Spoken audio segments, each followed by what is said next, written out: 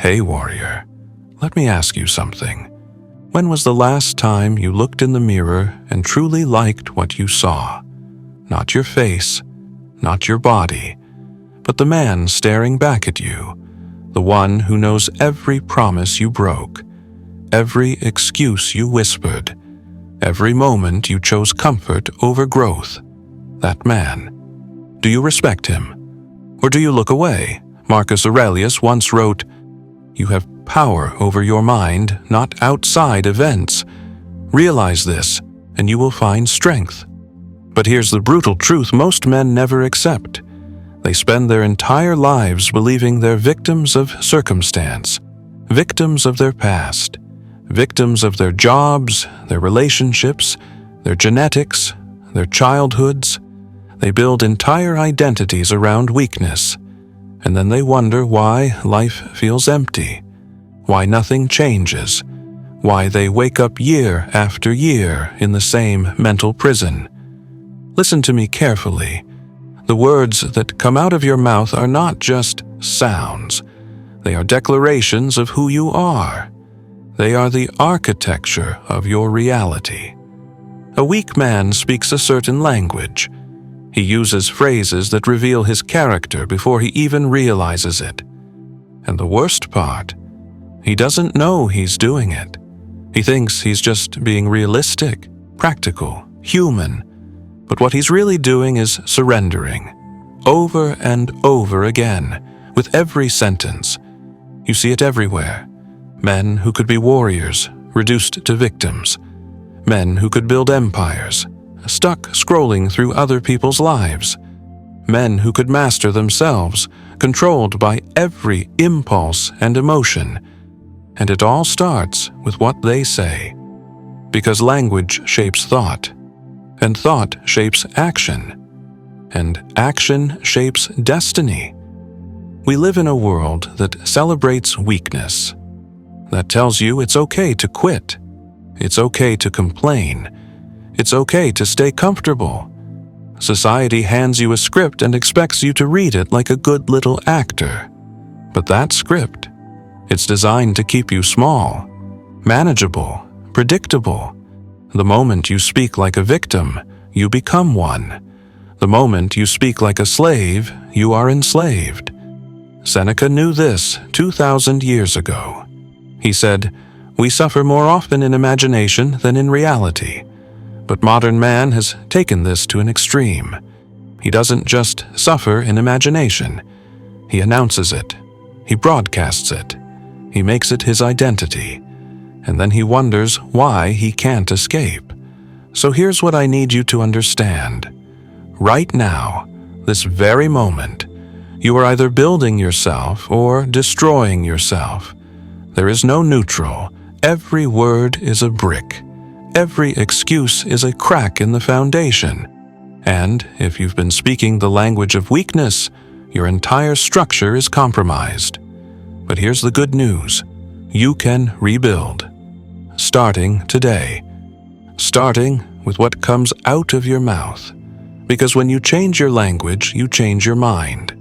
And when you change your mind, you change your life. This video is not for everyone. If you're looking for permission to stay weak, click away now. If you want someone to tell you it's okay to coast through life, I'm not your guy. But if there's still a part of you, maybe buried deep, maybe forgotten, that remembers what it means to be strong, if that fire still burns somewhere inside you, then stay with me, because in the next few minutes I'm going to expose 7 things a weak man always says, 7 phrases that reveal everything, 7 declarations of defeat, and more importantly, I'm going to show you the Stoic truth behind each one, the perspective that transforms victims into warriors, the mindset that separates men who drift from men who dominate their own lives. This isn't theory. This isn't philosophy for the sake of sounding smart. This is a survival guide, a manual for mental warfare, because that's what life is. A constant battle between your highest self and your weakest impulses. And right now, you're going to learn which side you've been feeding. So take a breath, put down your phone, stop multitasking. Because what I'm about to share will either wake you up or offend you. And if it offends you, that's how you'll know it's true. Let's begin. Number 1. I don't have time. This is the most common lie weak men tell themselves. You hear it everywhere. At the gym, in relationships, in business. I don't have time to work out. I don't have time to read. I don't have time to build that business. I don't have time to be the father, the husband, the man I know I should be. But here's what that phrase really means. It means I don't care enough. It means other things are more important. It means I'm choosing comfort over growth. Because the truth is, you have time. You just spend it poorly. You spend it scrolling. You spend it watching other people live. You spend it in bed, hitting snooze, negotiating with yourself about why today isn't the day. Seneca said it perfectly. It is not that we have a short time to live, but that we waste a lot of it. Think about that. You don't lack time. You lack discipline. You don't lack hours. You lack priorities. The man who says, I don't have time, is the same man who watches 3 hours of television every night. The same man who spends 2 hours on social media. The same man who knows every plot line of every show, but hasn't read a book in years. Let me tell you what a Stoic understands.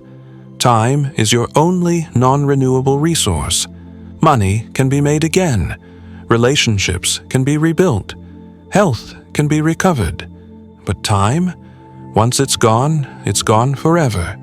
Every second you waste is a second you'll never get back. And you're wasting it on things that don't matter, while claiming you don't have time for things that do. The strong man looks at his calendar differently. He doesn't find time. He makes time. He eliminates the unnecessary. He cuts out the noise. He says no to distractions so he can say yes to his purpose. He wakes up earlier. He moves faster. He understands that if something matters, he'll find a way. And if it doesn't matter, he'll find an excuse. So let me ask you, what are you actually saying when you say, I don't have time? You're saying, I'm not in control of my life. You're saying, I let external circumstances dictate my existence. You're saying, I am weak. Stop it. Right now. You have the same 24 hours as everyone else. The same 24 hours as Marcus Aurelius had while running an empire. The same 24 hours as Seneca had while writing philosophy that still changes lives 2 millennia later. The same 24 hours as Epictetus had while teaching freedom from chains. The difference isn't time, it's will, it's priority. It's the refusal to negotiate with weakness. Here's your first affirmation. Type this in the comments right now. Type, I have time for what matters. I create my reality. Say it, mean it, live it. Number 2, I'll start tomorrow. Ah, tomorrow, the graveyard of dreams, the land where ambitions go to die, the eternal promise of the weak man. I'll start my diet tomorrow. I'll begin training tomorrow. I'll have that difficult conversation tomorrow. I'll become disciplined tomorrow. But tomorrow never comes, because when tomorrow arrives, it's called today. And today, just like yesterday, you're still making excuses. Epictetus said, how long are you going to wait before you demand the best for yourself? How long? That's the question that should haunt you. How many tomorrows have you already wasted? How many versions of yourself died waiting for the perfect moment? Let me destroy this illusion for you. There is no perfect moment. There is no ideal time. There is no magical alignment of circumstances where discipline becomes easy. That moment you're waiting for. It doesn't exist. The only moment you have is now. This one. Right here. The weak man believes in tomorrow because it allows him to feel good today without doing anything. He gets the emotional relief of making a decision without the discomfort of taking action. It's a drug, a self-soothing mechanism. Tomorrow, I'll be better. Tomorrow, I'll change. Tomorrow, I'll become the man I'm supposed to be. And then he goes to sleep feeling accomplished without actually accomplishing anything. But the Stoic knows better. Marcus Aurelius wrote, "You could leave life right now. Let that determine what you do and say and think. Death doesn't care about your plans for tomorrow. Fate doesn't wait for you to feel ready. Life is happening now, not tomorrow, not next week, not when conditions improve. Now. Every day you delay is a day you'll never get back. Every tomorrow you promise yourself is another brick in the prison you're building. And here's the cruelest part. Eventually, you stop believing your own promises. You lose trust in yourself, because deep down you know you're lying. You know tomorrow won't be different, because you won't be different. The strong man acts immediately, not perfectly, not without fear, but immediately. He understands that action creates momentum, that starting badly is better than not starting at all, that the version of himself waiting on the other side of that first step is worth more than the comfort of delay. You want to know the real secret. Discipline isn't built tomorrow. It's built in the micro-decisions of today. The decision to get out of bed when the alarm rings. The decision to do one push-up when you don't feel like it. The decision to write one sentence. Make one call. Take one step. Tomorrow is a myth sold to you by your own weakness. Don't buy it. Type this below. Today is the only day I have. I act now. Number 3. I can't. 2 words that have destroyed more potential than any external enemy ever could. I can't lose weight. I can't start a business. I can't change my situation. I can't control my emotions. I can't be disciplined. I can't. I can't. I can't. But what you're really saying is, I won't. Because can't suggests impossibility. It suggests something is outside your control. And while there are genuine limitations in life, most of the time when you say, I can't, what you mean is, I'm afraid, or I'm not willing to pay the price, or I don't want to be uncomfortable. Epictetus was born a slave. A slave. He had no freedom, no rights, no control over his own body, and yet he became one of the greatest philosophers in human history. He developed a philosophy that taught emperors how to live. From chains, he forged wisdom that still frees minds today. And his core teaching? It's not what happens to you, but how you react to it that matters. If a man in literal chains can choose freedom of mind, what's your excuse? You're not in chains. You're in a comfortable bed, with a smartphone, with opportunity all around you. But you've convinced yourself you're powerless. You've adopted the language of impossibility so thoroughly that you've started to believe it. Here's what the Stoics understood. There are things within your control and things outside your control. Your circumstances, often outside your control. Your response to those circumstances, always within your control. Your past, outside your control. Your actions today, within your control. Other people's opinions, outside your control. Your character, within your control. When you say I can't, you're confusing these categories. You're giving away your power. You're assigning control of your life to external factors.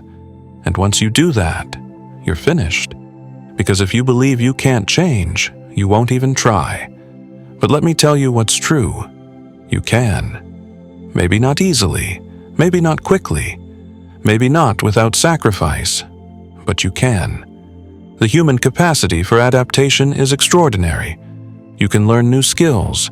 You can break old patterns. You can become disciplined when you've been chaotic. You can become strong when you've been weak. You can transform yourself completely. But first, you have to stop lying to yourself. You have to replace "I can't" with "I haven't yet," or "I don't know how yet," or "This will be difficult." Those phrases keep the door open. Those phrases acknowledge reality without surrendering to it. The weak man says "I can't" and stops. The strong man says "I don't know how" and figures it out. The weak man sees obstacles as walls. The strong man sees them as problems to solve. The weak man is paralyzed by difficulty. The strong man is energized by challenge. Which one are you? Because your language reveals the answer. Here's your next declaration. Comment, "I am capable. I am learning. I am becoming." Number 4. It's not my fault. The victim's anthem. The song of the powerless. The eternal deflection of responsibility. It's not my fault I'm out of shape. It's genetics. It's not my fault my relationship failed. It's my partner. It's not my fault I'm broke. It's the economy. It's the system. It's my parents. It's society. It's everyone and everything except me. And you know what? You might even be right. Maybe you did have a difficult childhood. Maybe you were dealt a bad hand. Maybe circumstances were genuinely unfair. Life is unfair. The Stoics knew this. They didn't pretend the world was just or equal or kind. But here's the question that matters. So what? What are you going to do about it? Are you going to spend your entire life pointing backward, explaining why you're stuck? Or are you going to take ownership of moving forward? Marcus Aurelius had every reason to complain. He didn't want to be emperor. He wanted to be a philosopher. But duty called, and he answered. He dealt with wars, plagues, betrayals, and the weight of an empire. And what did he write? Accept the things to which fate binds you, and love the people with whom fate brings you together, but do so with all your heart. He didn't blame. He didn't complain. He took responsibility for his response. This is the line that separates men from boys. Boys blame. Men take ownership. Boys need someone to be at fault. Men need something to be done. Boys want to explain their circumstances. Men want to change them. When you say, "It's not my fault," you're trading power for comfort. You're choosing the easy relief of blame over the difficult path of accountability. And yes, it feels good in the moment. Yes, it's satisfying to point the finger. Yes, it's easier to be a victim than a warrior. But what does it cost you? Everything. Because the moment you relinquish responsibility, you relinquish control. If nothing is your fault, then nothing is in your power to change. You become a leaf in the wind, a passenger in your own life, and you wonder why nothing ever gets better. The Stoic takes a different path. He says, "This is my life. These are my circumstances. I didn't choose them all, but I choose what I do next." He understands that fault and responsibility are different things. You're not at fault for everything that happened to you, but you are responsible for everything you do about it. This is liberation, real liberation, not the fake freedom of victimhood, where you're free from blame but trapped in circumstance, but actual freedom. The freedom that comes from knowing you can change your trajectory, that you can build something better, that your past doesn't dictate your future unless you let it. Stop giving your power away. Stop explaining why you're stuck and start deciding where you're going. The strong man doesn't care whose fault it is. He only cares what he's going to do about it. Type this: I take full responsibility for my life. I am the author of my story. Number 5, I need to feel motivated first. This might be the most dangerous lie on this list because it sounds so reasonable, so human. I'll work out when I feel motivated. I'll be productive when I'm inspired. I'll take action when the mood strikes. I'm just not feeling it today. But here's what you need to understand. Motivation is a feeling, and feelings are unreliable. They come and go like weather. One day you wake up ready to conquer the world. The next day you can barely get out of bed. If you wait for motivation, you'll be waiting forever. Seneca wrote, "A gem cannot be polished without friction, nor a man perfected without trials." You know what he didn't write? Wait until you feel like being polished. Because feelings don't build character. Action builds character. Discipline builds character. Doing what needs to be done, regardless of how you feel, builds character. The weak man is a slave to his emotions.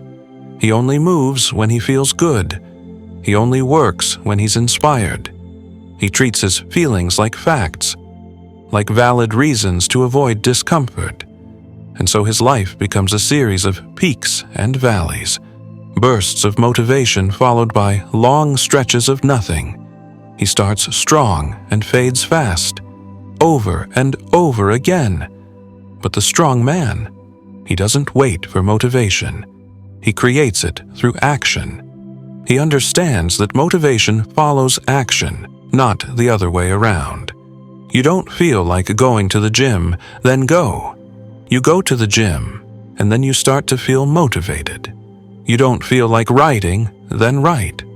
You write badly at first, and then inspiration comes. This is the secret that changes everything. You are not your feelings. Your feelings are weather patterns moving through you, sometimes sunny, sometimes stormy. But you are the landscape.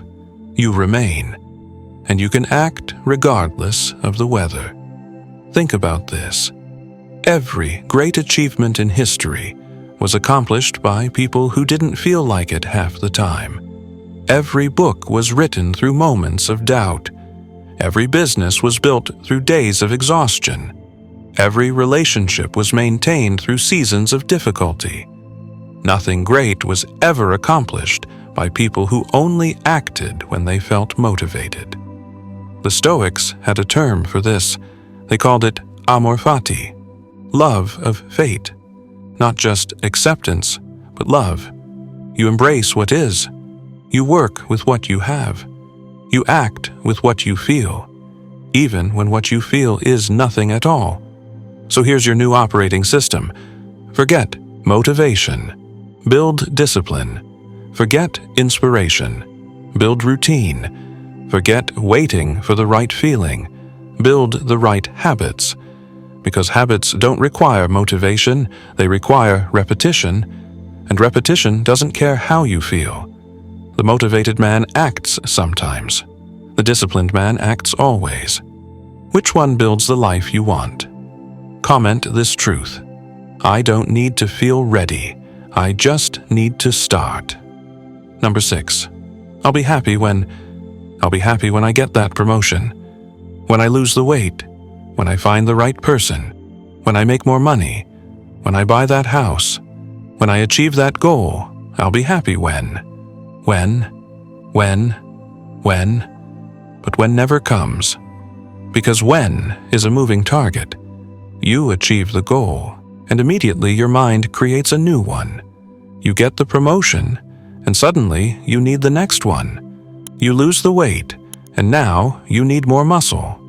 You make the money, and now you need more money. The finish line keeps moving, and you keep chasing, and you're never happy. Marcus Aurelius wrote something that should be tattooed on every man's arm. Do not indulge in dreams of having what you have not, but reckon up the chief of the blessings you do possess, and then thankfully remember how you would crave for them if they were not yours. Read that again. You're so focused on what you don't have that you've forgotten what you do have. You're so obsessed with the future that you're missing the present. And the cruel irony? The present moment is the only moment you'll ever actually experience. The future you're chasing will arrive as now. And if you haven't learned to be content now, you won't be content then either. The weak man postpones happiness. He treats it like a destination, like something waiting for him at the end of a journey. But happiness isn't a place you arrive at. It's a skill you develop, a choice you make, a perspective you cultivate. This doesn't mean you stop pursuing goals. It doesn't mean you become complacent. The Stoics were ambitious. They built, they created, they achieved. But they didn't trade their present peace for future happiness. They found joy in the process, in the struggle, in the becoming. You want to know what separates content men from miserable men? It's not circumstance. It's not achievement. It's not external success. It's the ability to be present, to appreciate what is while working toward what could be, to find satisfaction in effort regardless of outcome. The strong man says, "I'm happy now, and I'm building something better." Not, "I'll be happy when I build something better." You see the difference?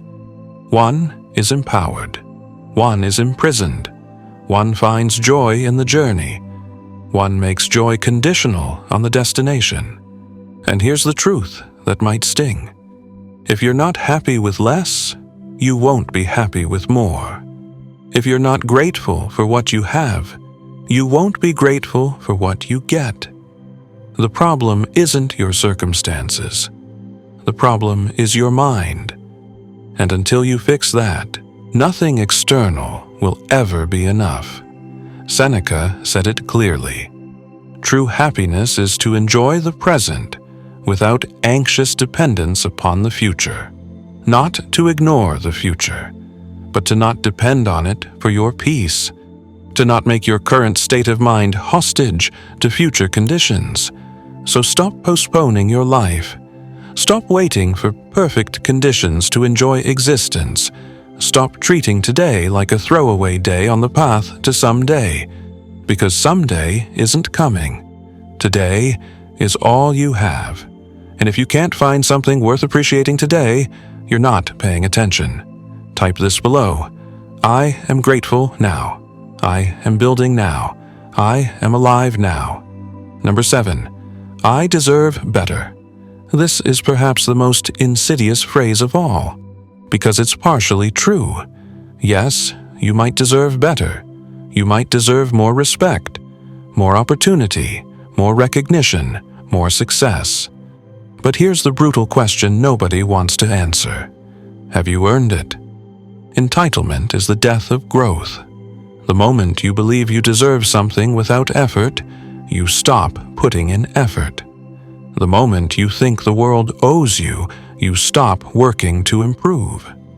You become bitter, resentful, angry at reality for not conforming to your expectations. Epictetus was clear about this. Don't hope that events will turn out the way you want. Welcome events in whichever way they happen. This is the path to peace. Not resignation, not defeat, but acceptance of reality as it is, not as you wish it were. The weak man looks at others and feels cheated. He sees someone with more and thinks, that should be me. He sees someone successful and thinks, I deserve that too. He sees someone happy and thinks, why not me?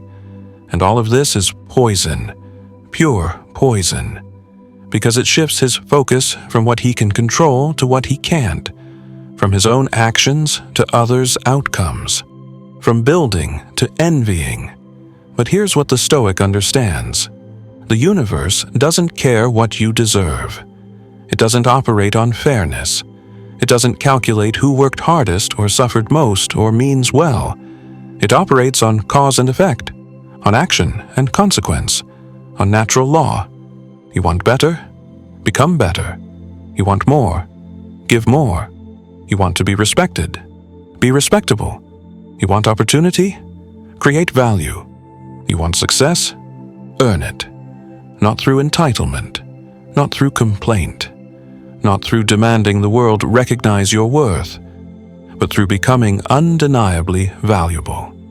This is the path of the strong, not demanding, not expecting, not waiting for someone to notice you deserve better, but quietly, relentlessly, becoming better, building better, creating better, and letting the results speak for themselves.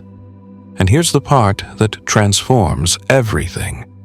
When you stop thinking about what you deserve and start focusing on what you can contribute, everything changes. You become less bitter and more grateful, less focused on taking and more focused on giving, less concerned with recognition and more concerned with excellence.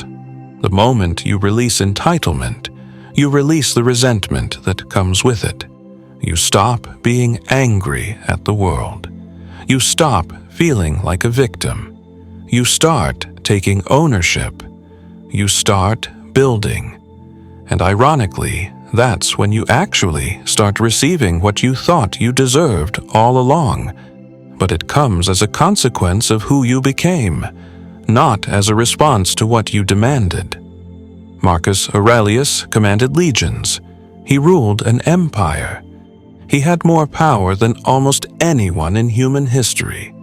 And yet, he wrote constantly about humility, about accepting what comes, about working with reality, about not demanding the world operate according to his preferences. If an emperor can release entitlement, so can you. Comment this: I don't demand respect. I earn it. I don't demand success. I build it. Now listen to me carefully. We've covered 7 phrases, 7 declarations of weakness, 7 ways men surrender before the battle even begins. And maybe you've recognized yourself in some of these, maybe all of them. That's okay. Awareness is the first step. Recognition is the beginning of change. But awareness without action is just another form of entertainment. It's just another way to feel productive without actually being productive. So here's what happens next.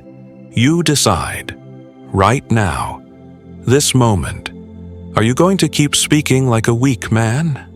Or are you going to adopt the language of strength? Because here's what the Stoics knew that modern men have forgotten. You are not fixed. You are not permanent. You are not locked into patterns. Every moment is a chance to choose differently. Every breath is a chance to start again. Every word you speak is a chance to declare who you're becoming. Seneca said, "Begin at once to live and count each separate day as a separate life. Not tomorrow.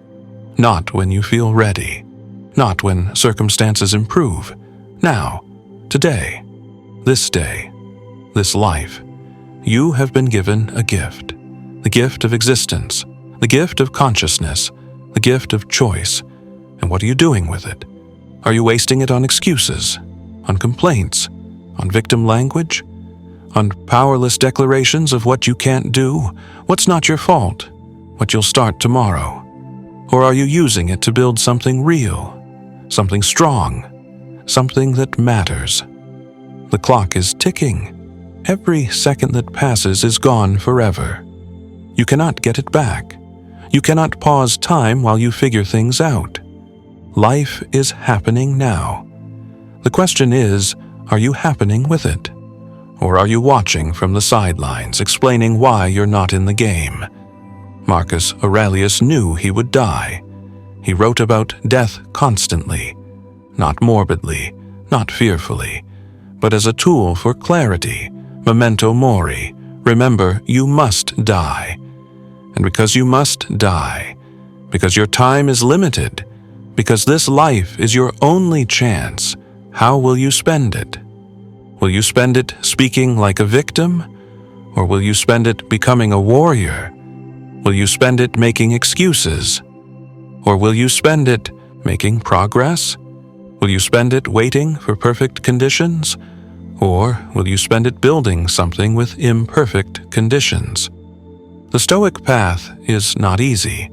Nobody promised it would be. It requires you to face uncomfortable truths, to take responsibility you'd rather avoid, to act when you don't feel like it, to discipline yourself when everyone around you is choosing comfort, to stand alone when the crowd is sitting down.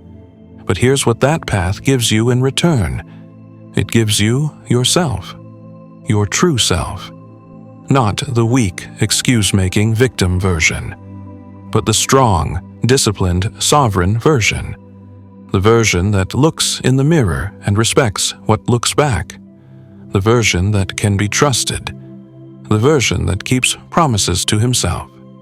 And that is worth everything, because you cannot escape yourself. You live with yourself every moment of every day.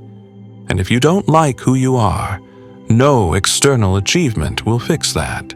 No amount of money or success or recognition will fill that void. Only becoming someone you respect will do that. So let me ask you one final time. Who are you? Are you the man who says, "I don't have time," while wasting hours every day? Are you the man who says, "I'll start tomorrow," while years pass by? Are you the man who says, "I can't," when you haven't really tried? Are you the man who says, "It's not my fault," while refusing to take control? Are you the man who waits for motivation instead of building discipline? Are you the man who postpones happiness until some distant when? Are you the man who demands he deserves better without earning it? Or are you ready to become something else? Someone else? The man who makes time for what matters. The man who acts today. The man who figures out how. The man who takes responsibility. The man who acts regardless of feelings. The man who finds joy now while building tomorrow. The man who earns respect through excellence. You get to choose every single day, every single moment, every single word that comes out of your mouth is a vote for the person you're becoming. So vote wisely. The Stoics gave you the blueprint 2,000 years ago. They showed you how to be strong in a chaotic world, how to be calm in the storm, how to be free even in chains, how to live with purpose even facing death. The wisdom is there. The path is clear. The only question is whether you'll walk it. And I'll tell you something. Not everyone will. Most people will watch this video and feel inspired for about 10 minutes. They'll nod along. They'll think, "Yes, that's good advice." And then they'll go right back to speaking like weak men. Right back to excuses. Right back to comfortable lies. But you're not most people. You wouldn't have made it this far if you were. Something in you recognizes truth when you hear it. Something in you still believes you can become more. Something in you refuses to settle. Hold on to that. Protect that. Feed that. Because that's your warrior spirit. That's your stoic core. That's the part of you that's worth fighting for. And every time you speak with strength instead of weakness, you feed that part. Every time you take responsibility instead of blaming, you strengthen that part. Every time you act instead of procrastinating, you honor that part. Your words create your world. Choose them like weapons. Use them to build, not destroy. Use them to empower, not diminish. Use them to declare who you're becoming, not who you've been. I want you to do something right now. In the comments below, I want you to type your truth. Which of these 7 phrases have you been using? Be honest. Be vulnerable. Be real. Because admitting weakness is the first act of strength. And then I want you to type the opposite. Type the Stoic truth. Type the empowering declaration. Type who you're becoming. And if this message resonated with you, if it challenged you, if it made you uncomfortable in the right way, hit that like button. Share this with someone who needs to hear it. Subscribe, because we're building something here. We're building a community of men who refuse to settle, who refuse to speak like victims, who refuse to waste their limited time on earth making excuses. The Stoic path is waiting. It's always been waiting. It doesn't require permission. It doesn't require perfect conditions. It just requires you to take the first step, to speak the first truth, to make the first change. Your time is now. Not tomorrow, not someday, now. Take it. Own it. Become it. Keep walking the Stoic path, warrior. Your strongest self is waiting on the other side of your weakest excuses.